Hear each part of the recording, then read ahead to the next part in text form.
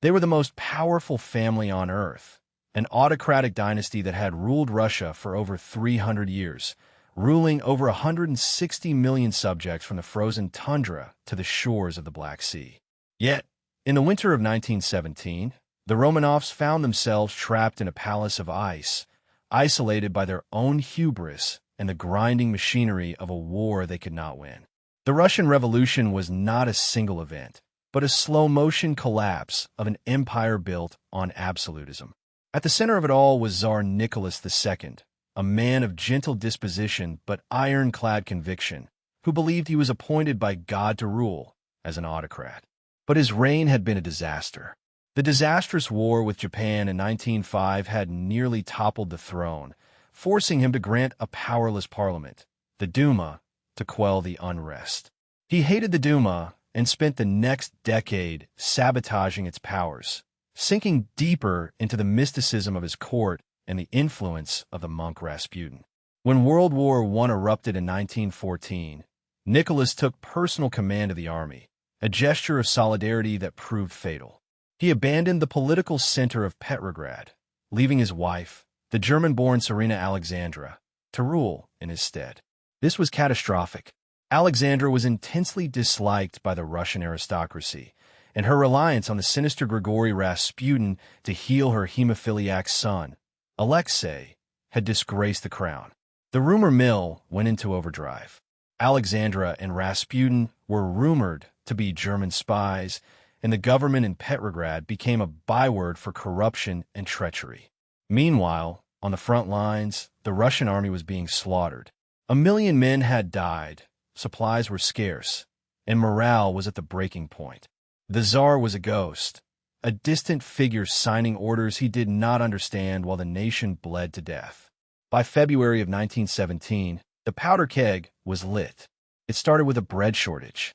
In Petrograd, women lining up for bread rioted, their hunger turning into political fury.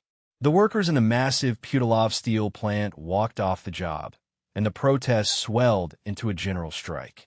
The Tsar, still at his headquarters in Mogilev, sent a telegram ordering the military to suppress the uprising with force. On February 26th, the soldiers fired into the crowd, killing dozens. It was the kind of brutal repression that Nicholas had used to quell previous protests, but this time it backfired.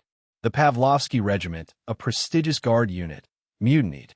They refused to fire on the crowds and, instead, turned their weapons on the police. The revolution had crossed the Rubicon. The Duma, sensing an opportunity, declared itself the provisional government and ordered the military to arrest the Tsar.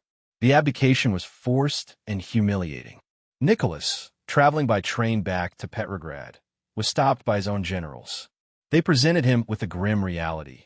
The army, the church, and even his own family had abandoned him. On March 2nd, 1917, in the imperial train car, Nicholas signed the act of abdication. He was no longer an emperor, just a man. He wrote in his diary that night, "All around me is treachery, cowardice, and deceit." He handed the crown to his brother, Michael, who famously refused it, ending 3 centuries of Romanov rule in a single, quiet moment. The Russian Empire had died not with a bang, but with the scratch of a fountain pen. The family was placed under house arrest in the Alexander Palace at Tsarskoye Selo. It was a gilded cage, but they seemed to accept their fate with an eerie calm. They were allowed to keep their servants and their pet dog, but the outside world was gone. The provisional government, however, was weak. It pledged to continue the war, a decision that would seal its own doom. The Bolsheviks, a radical socialist party led by Vladimir Lenin, were waiting in the wings. Lenin, smuggled back into Russia in a sealed train by the German High Command, recognized that the people wanted an end to the war and a seizure of the land. By October, the Bolsheviks had seized power. The fate of the Romanovs was now in the hands of the Ural Soviet, a radical council of workers in the city of Ekaterinburg, where the family had been exiled. The Russian Civil War was raging, and the White Army was advancing on Ekaterinburg, threatening to rescue the Tsar. In the early hours of July 17, 1918, the guards of the Ipatiev house, the Tsar's prison, were given their final orders. Nicholas and Alexandra were woken up with their 5 children, including the 14-year-old Alexei, and led to the basement. In the cramped cellar, they were told they were going to have their picture taken. The guards then drew their pistols and, without warning, opened fire. It was a massacre, a brutal, chaotic execution that marked the end of an era. The Romanovs were not just killed, they were erased. Their bodies were doused in acid and burned, their remains scattered in an unmarked grave, an attempt by the revolutionaries to deny them any historical significance. But the world would never forget. The fall of the Romanovs wasn't just a change of government. It was the violent birth of a new, terrifying century.